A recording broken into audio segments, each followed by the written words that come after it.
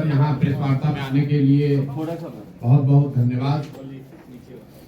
जैसा कि आपको पता है 3 वर्ष पहले जो जन स्वराज अभियान की शुरुआत हुई उसमें मैंने ये कहा था कि मैं पूरे बिहार में पदयात्रा करके जाऊंगा और उसके बाद जो लोगों की मंशा होगी, जो लोग जुड़ेंगे वो मिलकर दल बनाएंगे। 2 वर्ष पैदल चलने के बाद करीब 1 करोड़ लोगों ने मिलकर जन स्वराज नामक दल 2 अक्टूबर को पिछले साल बनाया है। लेकिन एक उसका पहलू ये है कि बिहार का एक बड़ा हिस्सा अभी भी ऐसा है जिसमें जमुई भी शामिल है, जहां मैं अभी तक पदयात्रा पूरी नहीं कर पाया हूं, यहाँ पदयात्रा के लिए नहीं आ पाया हूं। और दल बनने के बाद जो दल की जिम्मेवारियां हैं, जो काम है, सामने 6 महीने के बाद चुनाव भी है, उसको देखते हुए अभी पदयात्रा हम लोग सुपौल में ही रुके हुए हैं और बाकी जो जिम्मेवारी है उसके तहत मैं घूम रहा हूं। उसी के तहत मैं आज जमुई में आया हूं और जैसा कि आप देख रहे हैं दल के संगठन के तौर पर उसका एक ढांचा बन गया है। अगले 15-20 दिनों में मुझे ऐसा लगता है कि मई के अंत तक जमुई में भी, यहाँ पर जिले में, प्रखंड में और पंचायत स्तर पर गांव तक जन स्वराज का संगठन बनाकर घोषित कर दिया जाएगा। एक बार ये पूरा संगठन, राजनीतिक संगठन घोषित हो जाए, हम लोग का अपना मानना है कि बिहार में राजनीतिक दल के संगठन के तौर पर जून आते आते जन स्वराज सबसे बड़ा दल होगा। संगठन के मामले में बिहार का कोई ऐसा गांव, पंचायत नहीं छूटना चाहिए जहां पर जन स्वराज के कोई न कोई साथी संगठन से जुड़े हुए न हो। इसी तहत मैं आज यहाँ आया हूं और कुछ जन संवाद के कार्यक्रम भी है। पिछले 2-3 दिनों से मैं पहले पीरपैती में था, फिर सुल्तानगंज गया, फिर कल धोरैया में बैठक थी, उसके बाद पूर्णिया प्रमंडल की बैठक थी और अभी हम लोग सिकंदरा में हैं। इसके बाद मैं हिसुआ नवादा जाऊंगा, कल फिर पटना में बैठक है और परसों से फिर ये यात्रा ऐसी चलती रहेगी। प्रयास ये है कि अगले 15 दिनों में कम से कम 40 ऐसी जनसभाएं की जाएं, 40 विधानसभा को टच किया जाए, ताकि जो पहले से घोषित मेरा कार्यक्रम है वो है 20 मई से बिहार बदलाव यात्रा की शुरुआत, जिसको हम लोग सारण में जेपी के जन्मभूमि सिताब दियारा से शुरू करेंगे।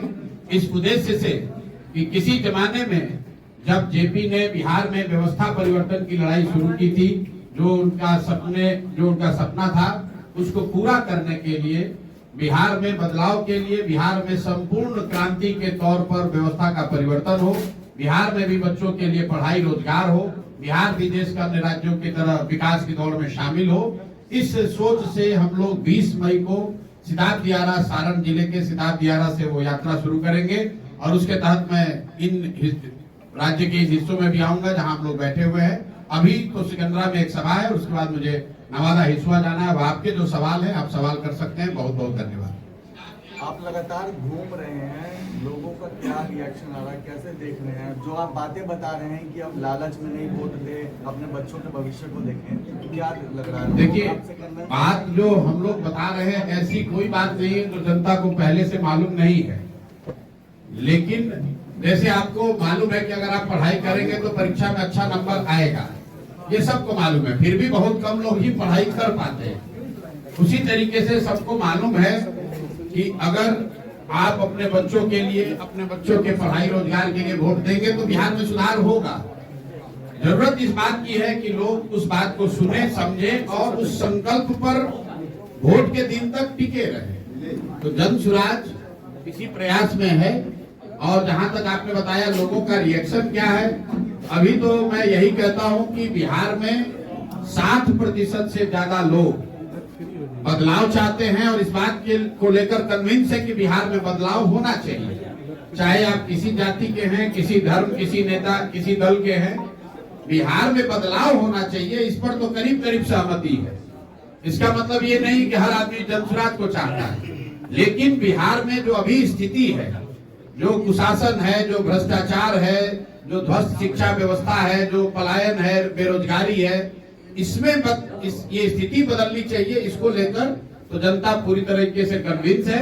अब ये राजनीतिक दलों पर, जन स्वराज जैसे दलों पर की भी ये जिम्मेवारी है कि जनता के सामने हम लोग एक मजबूत, ईमानदार, सशक्त विकल्प के तौर पर उभरे, ताकि जनता जब अक्टूबर में वोट दे तो बिहार में व्यवस्था परिवर्तन के वाहक के तौर पर जन स्वराज को अपना आशीर्वाद दे।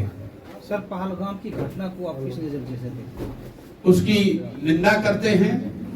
कोई भी ऐसी घटना जिसमें हिंसा है, जिसमें निहत्थे लोगों पर गोली चलाने की बात है, इतने लोगों की दुखद मृत्यु हुई है, उसको उसके लिए निंदा के शब्द को छोड़कर कुछ नहीं कह सकते।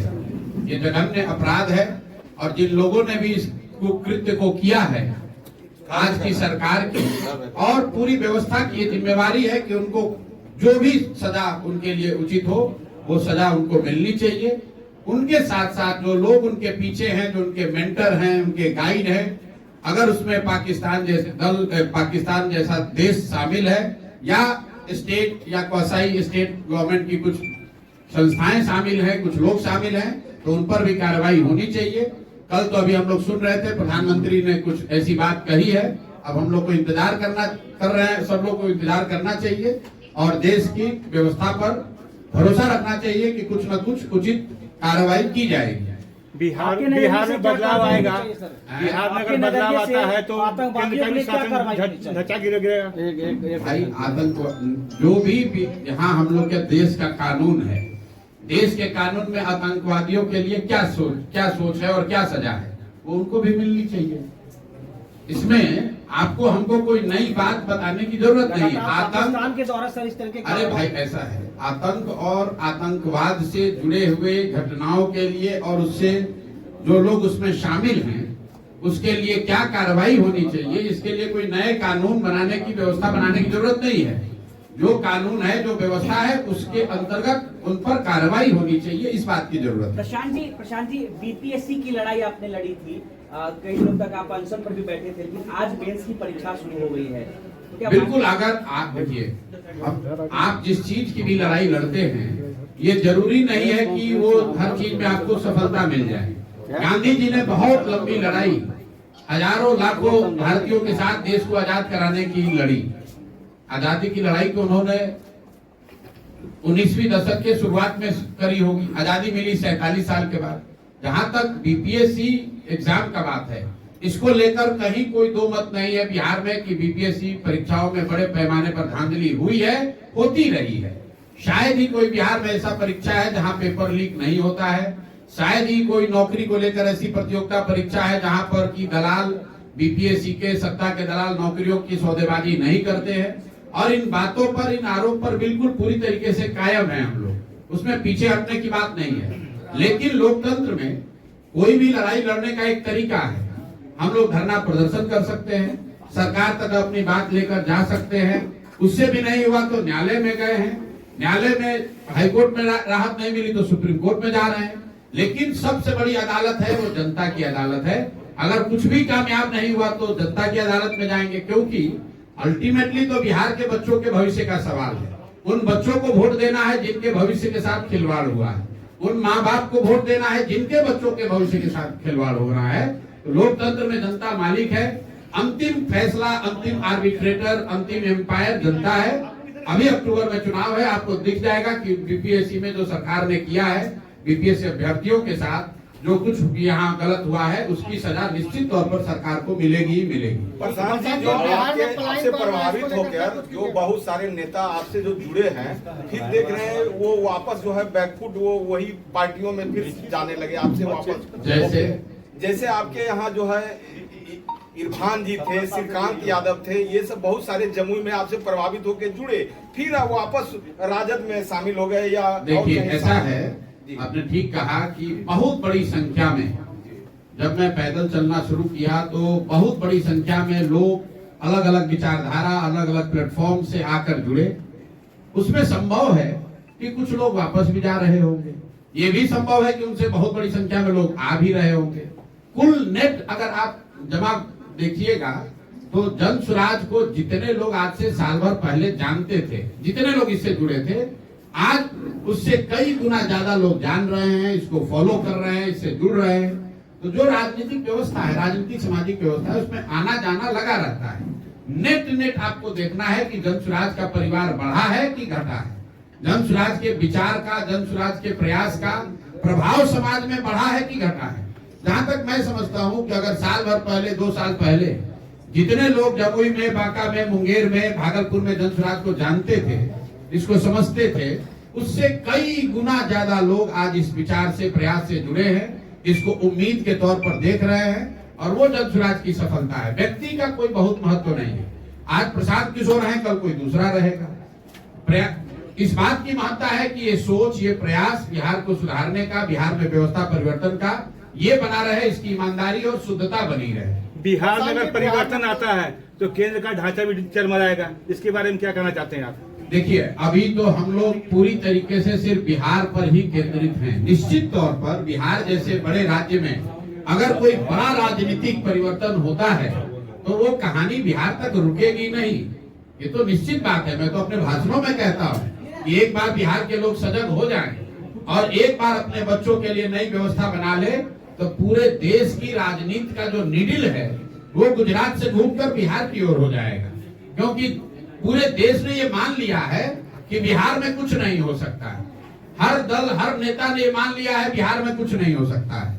मैं रोज कहता हूँ कि जिस बिहार को ज्यादातर दल और नेताओं ने न सुधार पाने वाला मानकर छोड़ दिया है, उसको सुधारने का जिम्मा अब जब बिहार के लोगों ने उठा लिया है, अगर हम लोग सुधार पाए तो पूरा देश खड़ा होकर बिहार के और बिहार के लोग का, बिहार के लोगों के प्रयास का सम्मान करेगा और उसका असर आपको पूरे देश में दिखेगा। प्रशांत किशोर जी, आप खुद बोल रहे हैं कि बिहार के लोग नहीं सुधरेंगे, ना बिहार को सुधार पाएंगे, फिर आप कैसे इसको सुधारने का? मैंने नहीं कहा, मैंने कहा जिस बिहार को देश के ज्यादातर नेताओं ने, दलों ने न सुधार पाने वाला मानकर छोड़ दिया है, इसका आप उदाहरण देख लीजिए। कल अभी प्रधानमंत्री जी यहाँ आए, क्या उन्होंने बिहार की शिक्षा व्यवस्था सुधारने के लिए कोई बात कही? क्या उन्होंने बिहार के पलायन करने वाले लाखों युवाओं के बारे में कोई बात कही? क्या कांग्रेस के नेता यहाँ राहुल गांधी आए तो उन्होंने कुछ बात ऐसी कही? हर साल 2 साल पर गुजरात में बिजनेस समिट होता है, आप देखते हैं उसमें प्रधानमंत्री जाते हैं। पिछले 15-12 साल से मोदी जी प्रधानमंत्री हैं। क्या बिहार में कोई ऐसा बिजनेस समिट हुआ जिसमें ये हो कि भाई यहाँ पर भी फैक्ट्रियां लगे? क्या हम लोग के यहाँ बुलेट ट्रेन बना? हम लोग के यहाँ अभी कल प्रधानमंत्री ने आकर क्या घोषणा की है? ये रेलवे लाइन का चौड़ीकरण किया जाएगा, ये एक ट्रेन, पैसेंजर ट्रेन बढ़ाई जाएगी, ये एक लाइन का इलेक्ट्रिफिकेशन किया जाएगा। देखिए कितना फर्क है। मोदी जी प्रधानमंत्री है, गुजरात के भी प्रधानमंत्री हैं और बिहार के भी प्रधानमंत्री हैं। गुजरात के लिए 1 लाख करोड़ का बुलेट ट्रेन बन रहा है, 1 लाख करोड़ रुपया कर्ज लेकर, और वो कर्ज में बिहारी भी शामिल है, हम लोग पर भी वो कर्ज है। हमें उससे कोई दिक्कत नहीं है, देश का विकास होना चाहिए। लेकिन गुजरात में मोदी जी अहमदाबाद से मुंबई के लिए बुलेट ट्रेन की बात कर रहे हैं, अहमदाबाद में गिफ्ट सिटी की बात कर रहे हैं, और बिहार में आकर क्या कह रहे हैं? सहरसा में, नरकटियागंज में वो रेलवे लाइन बना दिया जाएगा, जो बन रहा है उसका दोहरीकरण कर दिया जाएगा। लोगों ने ये मान लिया है कि बिहार के लोगों की इतनी ही आशा अपेक्षा है कि हमको 5 किलो अनाज मिलता रहे। इस बार अभी बजट आया है, आपने देखा होगा, सिर्फ भाजपा नहीं पूरे देश के नेता कह रहे हैं, अरे भाई बिहार को कितना दे दिया? क्या दिया बिहार को? कुल जमा मिला के एक मखाना बोर्ड। अब बताइए मखाना बोर्ड का क्या औकात है? मखाना बोर्ड बनने से कल भी घोषणा कर रहे हैं, अब तो मखाना बोर्ड मिला है। अरे भाई, मखाना बोर्ड से कितने लोगों को रोजगार मिल जाएगा? एक एयरपोर्ट की घोषणा की गई है, ना एयरपोर्ट बना, ना कोई काम शुरू हुआ। एक अकेले आंध्र प्रदेश में, जिसकी आबादी बिहार के मुकाबले 1/3 है, 10 से ज्यादा एयरपोर्ट है, और बिहार में एक एयरपोर्ट की घोषणा अगर बजट में हो गई, पूरे देश में कोहराम मचाएगा। अरे भाई, बिहार को इतना काहे दे रहे हो? मतलब लोगों की ऐसी अपेक्षा, जो मैं आपको बता रहा हूँ कि बिहार को तो कुछ नहीं मिलना चाहिए, लोगों को खाली ट्रेन मिलना चाहिए, जिसमें हम लोग के युवा बैठ के मजदूर बनकर कोयम्बटूर जाए, गुजरात जाए, पंजाब जाए, यही खाली ट्रेन बढ़ाते रहिए। और हम लोग भी यही चाहते हैं। एक और ट्रेन मिल जाता ना, तब बच्चा सबको जाने को आसान हो जाता। अरे भाई, हम लोग को ट्रेन नहीं चाहिए, हम लोग को बिहार में फैक्ट्री चाहिए, हम लोग को यहाँ रोजगार चाहिए। दूसरे जगह से लोग यहाँ पर आए ट्रेन पकड़ के रोजगार करने, वैसा बिहार चाहिए। प्रशांत किशोर जी, गांधी मैदान में महारैली का जुटान किया गया, सभी महारैली का जुटान आपने पे किया। चुनाव लड़ेगी, आप कौन सा समीकरण पे लड़ेंगे? हम बदलाव के समीकरण पर चुनाव लड़ेंगे। यहाँ पर बिहार में सबसे बड़ी जाति की आबादी कितनी है? यहाँ जो जातीय जनगणना हुआ उसके मुताबिक सबसे ज्यादा आबादी यहाँ पर मुस्लिम समाज की है, उसके बाद दलित समाज है, उसके बाद यादव समाज है। लेकिन किसी की जनसंख्या 20% से ज्यादा नहीं है। लेकिन बिहार में बदलाव चाहने वालों की जनसंख्या 60% से ज्यादा है। तो किसी का अगर मुसलमान है, किसी का सवर्ण है, किसी का कुशवाहा है, किसी का दलित है वोट बैंक।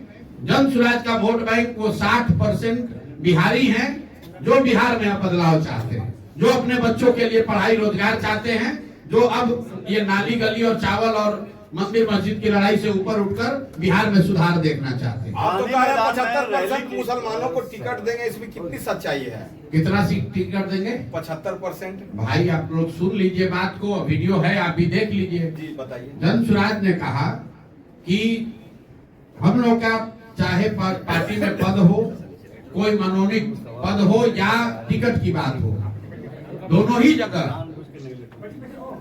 ही जगह या हर वो उस प्रयास में सबसे ज्यादा जो जरूरी है वो काबिलियत है। काबिलियत के आधार पर ही लोगों को पद या टिकट मिलेगा। लेकिन मान लीजिए कि बिहार में 243 सीट, 243 काबिल लोगों को, सही लोगों को टिकट मिल रही है। काबिल लोग 1000 है, तो उस 1000 में से 243 कैसे चुने जाएंगे?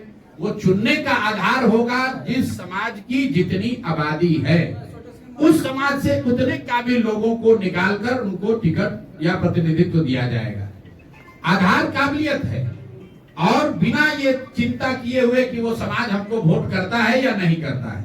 अगर यादव समाज की आबादी 17% है, तो जन स्वराज से लड़ने वाले लोग में 30 से 35 लोग यादव समाज के होंगे ही होंगे। अगर मुसलमानों की आबादी 18% है, तो जन स्वराज से टिकट पाने वालों में 40 मुसलमान होंगे ही होंगे। अगर अति पिछड़ों की संख्या 30-35% है, तो जन स्वराज से कम 70 अति पिछड़ा समाज के लोग चुनाव लड़ेंगे ही लड़ेंगे। लेकिन वो इसलिए नहीं चुनाव लड़ेंगे कि वो यादव है कि अति पिछड़ा है, वो इसलिए चुनाव लड़ेंगे कि वो बिहार के सही लोग हैं, हम लोग की नजर में वो काबिल लोग हैं और उस समाज के हैं जिस समाज से की रिप्रेजेंटेशन को हम लोग सुनिश्चित करना चाहते हैं। सर, पटना के गांधी मैदान में महारैली में सर आपका जो सभा जो गई थी, उस पर कहीं ना कहीं आईपी गुप्ता आपके पे भारी कर रहा है, क्या कुछ करना चाहिए? भैया हम किसी व्यक्ति पर तो टिप्पणी नहीं करेंगे, लेकिन विरोधी का आरोप है कि आपका रैली फॉलो क्या कहेंगे? ये सवाल दोबारा मैं कर देता हूँ। आपने महारैली का जुटान किया था, लेकिन विपक्ष कह रहे हैं कि वो रैली विफल हो गई क्योंकि वहाँ पर लोग जुटे नहीं। विपक्ष नहीं कह रहा, हम कह रहे हैं। ये बिहार में किसी नेता में दम नहीं है जो कि खड़ा होकर मन से 1 लाख लोगों के सामने कहे कि भाई हम 5 लाख लोगों को बुलाए थे, 1 ही लाख लोग यहाँ पहुंच पाए हैं, बाकी लोग जाम में फंस गए या नहीं पहुंच पाए, उसके लिए मैं माफी चाहता हूं।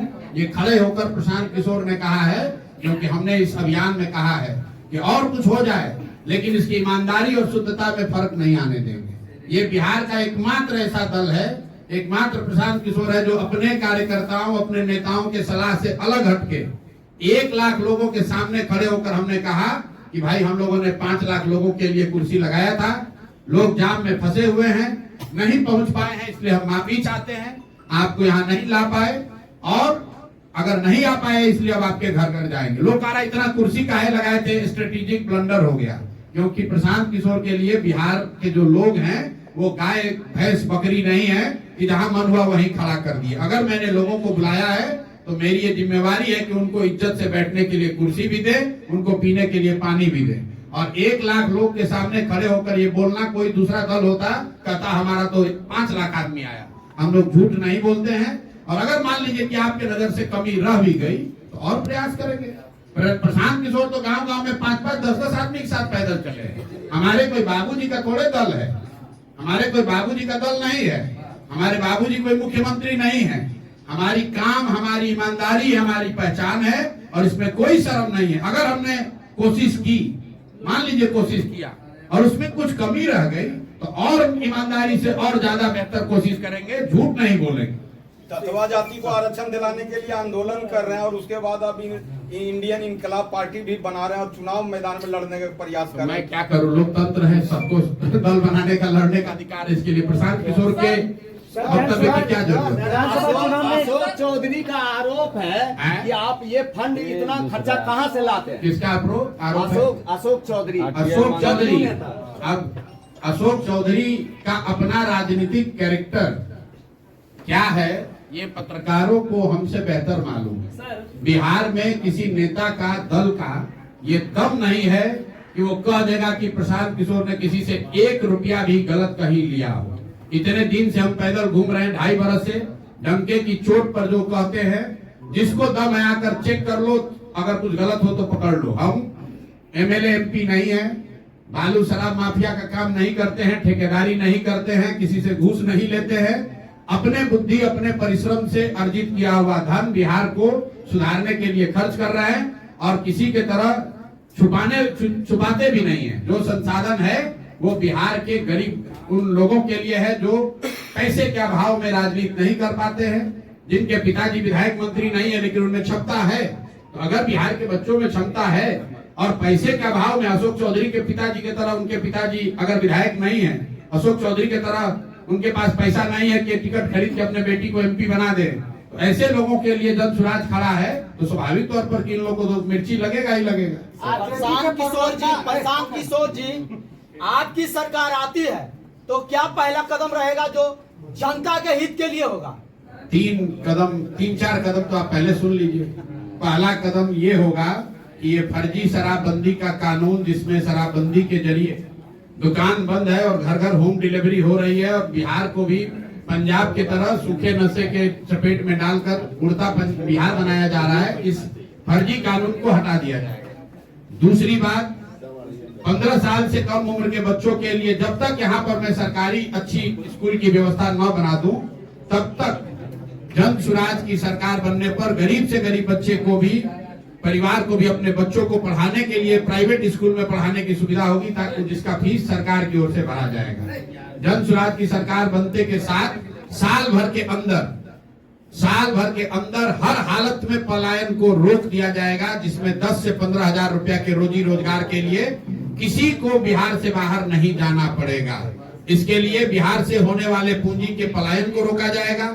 इसके लिए मनरेगा को कृषि से जोड़ा जाएगा और इसके लिए घर घर लोगों को 1 लाख 2 लाख रुपया लोन 4% सालाना ब्याज पर दिया जाएगा, ताकि बिहार के हर घर में रोजी रोजगार हो, किसी को बाहर नौकरी मजदूरी करने न जाना पड़े। और चौथी और अंतिम बात, 60 वर्ष से ज्यादा उम्र के हर महिला पुरुष को जो 400 रुपया का नीतीश कुमार भीख दे रहे हैं, उसकी जगह 1 दिसंबर 2025 से उसको 2000 रुपया पेंशन दिया जाएगा, ताकि उसको कम से कम बेसिक जिंदगी की जो सुविधाएं हैं उसको मिले। इतने पैसे कहाँ से आएंगे? 2000 रुपया। जन सुराज अकेले लड़ेगी विधानसभा चुनाव या गठबंधन होगा? इन्होंने पूछा इतने पैसे कहाँ से आएंगे।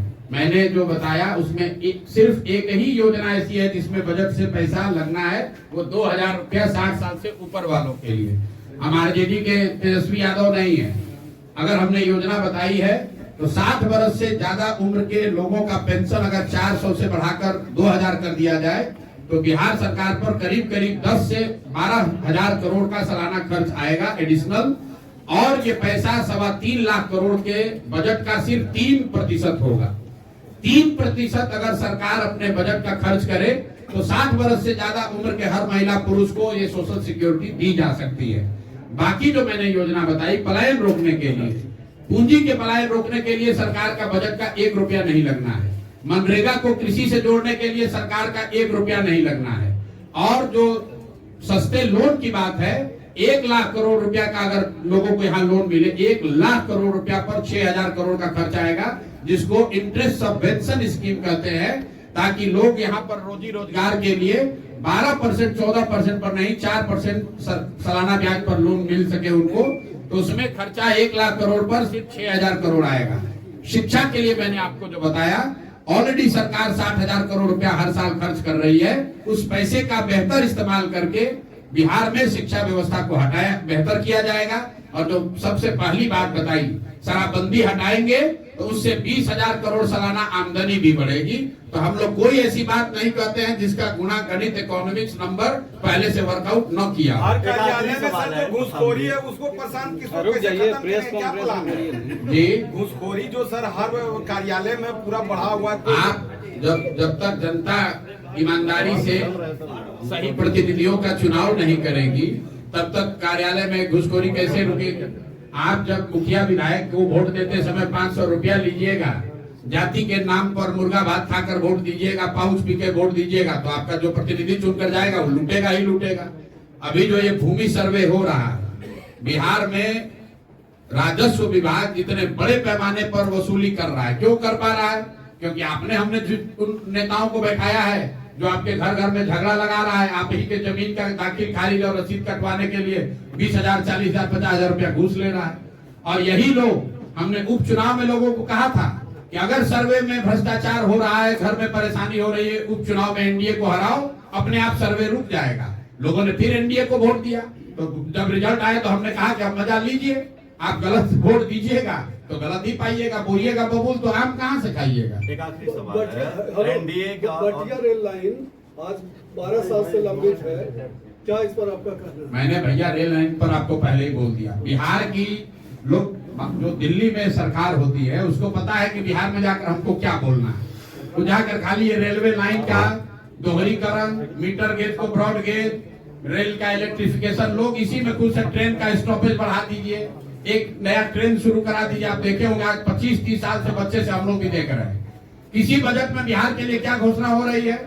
रेल एक बढ़ा देंगे, एक ट्रेन बढ़ा देंगे। क्यों? क्योंकि बिहार मजदूरों की फैक्ट्री है। ये नहीं कहा प्रधानमंत्री ने कि यहाँ पर स्टील की फैक्ट्री लगाएंगे, ये कह रहे हैं यहाँ से एक नया ट्रेन खोलेंगे। ट्रेन खोल के कहाँ जाएगा ट्रेन? यहाँ से मजदूर जाएगा जो कि 10,000 रुपया में गुजरात में, सूरत में उनके लिए, गुजरातियों के लिए काम करेगा। यहाँ से देखिए कि हर जगह ट्रेन खुल रही है। ट्रेन होनी चाहिए, लेकिन ट्रेन से बच्चे क्या करने जा रहे हैं? भाई हमें तो खुशी होती ना जब यहाँ से स्टील बनता और वो मालगाड़ी से यहाँ से जाता। यहाँ से रेफ्रिजरेटेड ट्रेन खुलना चाहिए जिस पर कि यहाँ से सब्जी जाए और दिल्ली बॉम्बे में बिके। हमें वो ट्रेन नहीं चाहिए जिस पर बिहार के युवा मजदूर बनकर जाएं और दूसरे